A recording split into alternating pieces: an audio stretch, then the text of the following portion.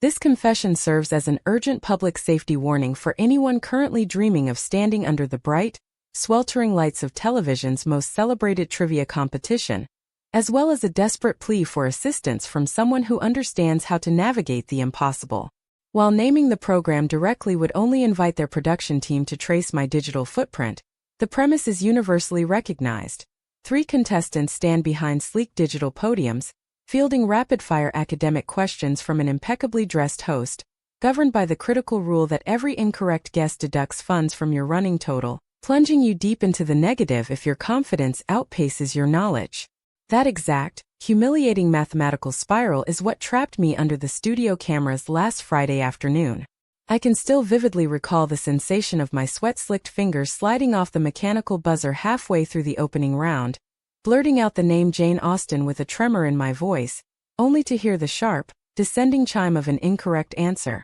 The host offered a chipper, synthetic apology, adjusting his silk tie with a practiced flourish as the red LED display beneath my name plummeted further into the red, leaving me trapped in an alarming deficit of $3,000. I had been a devoted viewer of the broadcast since childhood, yet in all my years of watching from the safety of my living room, I had never witnessed a contestant dig themselves into such a catastrophic financial hole. I had naively assumed that the worst consequence of my performance would be the lingering sting of national embarrassment, imagining my coworkers pausing their television screens to laugh at my historic defeat, but the reality unfolding on the studio floor was far more sinister. After another heart-pounding round of rapid-fire questions pushed my score down to negative $3,800, I made the tactical decision to pull my hands away from the buzzer entirely, hoping to silently ride out the clock in the shadows of the stage. The host, however, had no intention of allowing me to fade into the background, stepping away from his lectern during a commercial transition to make his customary round of small talk with the panel. When he cheerfully noted that my situation was looking rather grim, I offered a shaky, self-deprecating chuckle and admitted to being overwhelmed by nerves, casting a desperate glance at the other 2 contestants for support. To my profound unease, neither of my competitors turned their heads or offered a sympathetic wince. They remained frozen like stone statues, their eyes fixed neutrally on the studio cameras, completely devoid of basic human warmth or camaraderie. The host clapped a heavy, clammy hand onto my shoulder with a sharp laugh, reassuring me that fear was the appropriate response, before moving on to the next podium while casually wiping the perspiration he had transferred from my jacket onto a silk handkerchief. 10 minutes into the following round, the silent strategy seemed to be working, allowing me to steady my breathing under the oppressive studio heat until the host read aloud a question regarding the historical battle known by the Lakota people as greasy grass. A profound, echoing silence fell over the studio as the timer ticked down without a single buzzer illuminating, until the host deliberately leaned across his mahogany podium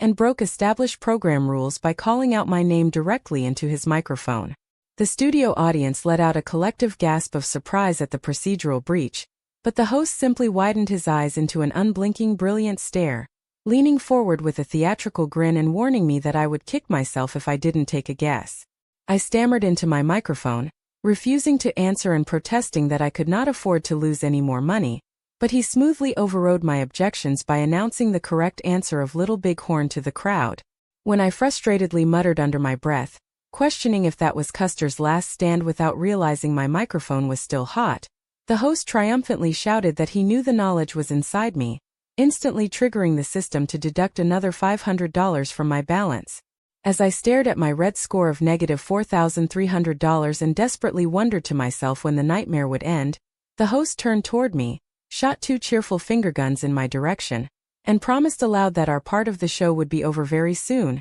leaving me paralyzed by the chilling realization that I had not spoken my question out loud. The ultimate relief arrived when I was officially eliminated from participating in the final wagering round, allowing me to step away from the glare of the podiums and retreat down the quiet, carpeted corridors into the backstage green room. I collapsed onto a plush velvet sofa, listening to the muffled, distant thunder of studio applause marking the end of the taping, and took a deep breath, mentally preparing myself to shake hands with the production crew and exit the lot with whatever dignity remained. That fragile composure shattered 5 minutes later when the heavy, soundproof door of the waiting room clicked shut, revealing the host standing in the doorway with his pleasant broadcast persona completely stripped away.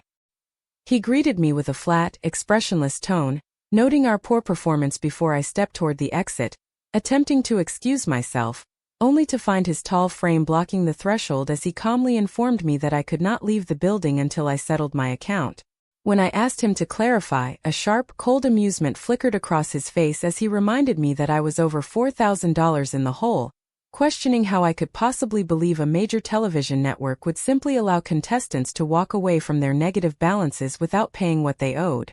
I stumbled backward as the host advanced into the room, his voice taking on a heavy, resonant timbre as he explained that collecting negative balances was simply the standard operating procedure that the public never got to see on their home screens. Retreating until my backs of my knees hit the velvet sofa, I sank deep into the cushions, wishing desperately that the upholstery would swallow me whole as the host loomed over my seated form, offering a chilling choice between settling our business through easy or difficult means. Panic surging through my chest, I shouted that the situation was illegal and impossible,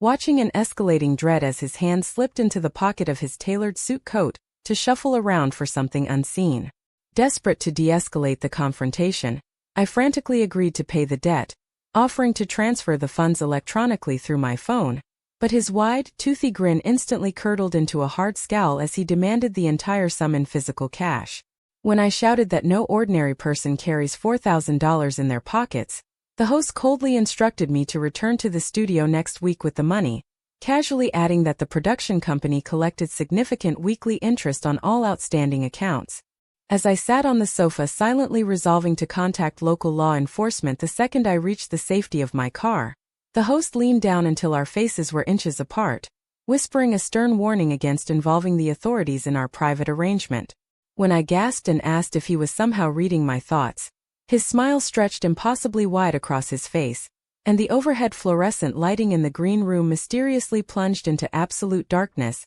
leaving only the white gleam of his teeth and his wide, unblinking eyes visible in the gloom. An unnatural Arctic draft suddenly swept through the enclosed space, dropping the ambient temperature until his breath fogged the lenses of my glasses with a frost that smelled faintly of static electricity and ozone. Thoroughly terrified by the supernatural display, I shouted a desperate promise that I would return next week with the full cash amount, prompting the room's lighting to instantly snap back to its normal, cheerful brightness as he commended my cooperativeness. To ensure that I wouldn't forget my financial obligation, the host reached out and clamped his hand firmly around my right forearm, delivering a searing, unnatural shock of cold that drained every ounce of warmth and feeling from the limb in a single second before he turned and strolled out of the room. It has now been 2 full days since I fled the studio lot, and I am sitting in my locked apartment, slowly typing this warning using only my left hand while staring at my numb, frost-chilled right fingers, utterly terrified and desperately wondering how I am going to legally raise $4,300 before my deadline arrives next week.